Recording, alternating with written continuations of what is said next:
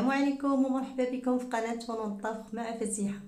اليوم ان شاء الله نوجد معكم واحد الحرشه كتجي واعره، طريقتها سهله في الخدمه، دغيا كطيب، ما كتاخذش لينا الوقت، وكتجي مقرمشه من على برا ومن الداخل رطبه ومرمله بحالها. كنخدموها بالسميده. طريقه التحضير جد مبسطه، اللي كتعصبوا الحرشه ديال السميده اولا ديال المقله فعليه يجرب هذه الحرشه ويرد عليا، لانها فعلا كتجي سهله وزوينه. بالنسبه للمقادير كنحتاج 2 الكؤوس ونصف من القمح الصلب اللي هو الفينو، ما يعادل 300 غرام بالنسبه للناس اللي تيبغيو القياس بالغرام. كنضيف عليه معلقه صغيره ديال السكر سنيده،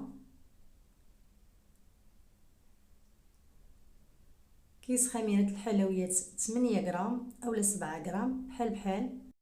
ضروري ما كنغربلوا المكونات باش الا كانت فيهم شي كتل ولا شي حاجه ما كتجيناش مجموعه في الخليط. وكندير معلقه صغيره ديال الملحه اللي كتبقى حسب الذوق، كل واحد كيدير القياس ديالو، كاين اللي كيبغي الملحه زايده وكاين اللي كيبغيها ناقصه. من بعد كنضيف نص كاس ديال الزيت ما يعادل 100 ملي صافي، وغادي نجمع الخليط وكنبسبسو بالزيت باش القمح كيتلبس لينا بالزيت بحال الشكل ديال السميده تماما. كنبقاو نخدموه وكنبسبسوه حتى كنحصلوا عليه بهذا الشكل.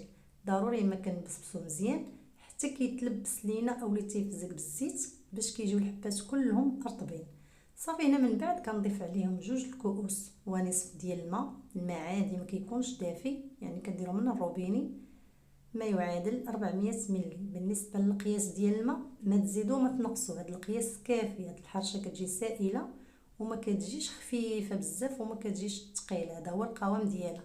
يعني القياس ديال الماء نحترموه ونديروه مضبوط.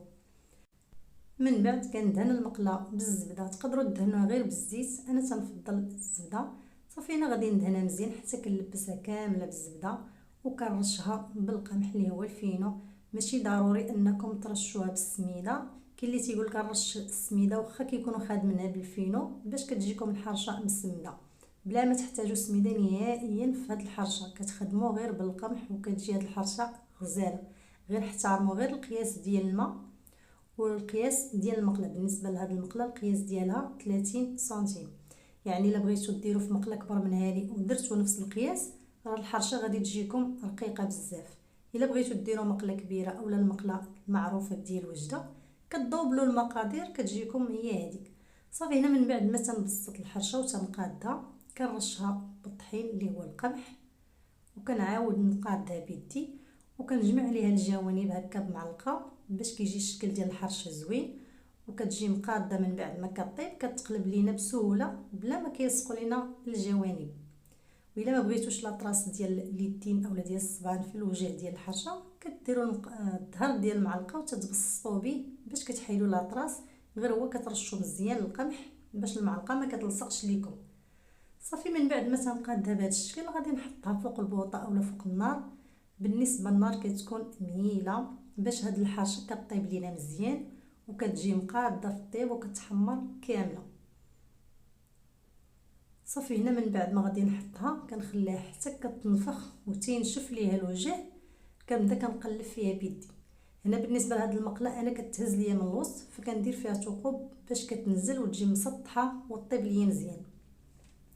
باش كنعرفوا الحرشه راه طابت من بعد ما كتنشف كندورها بيدي بهذا الشكل اللي شفتوا معايا، كتدور بسهوله.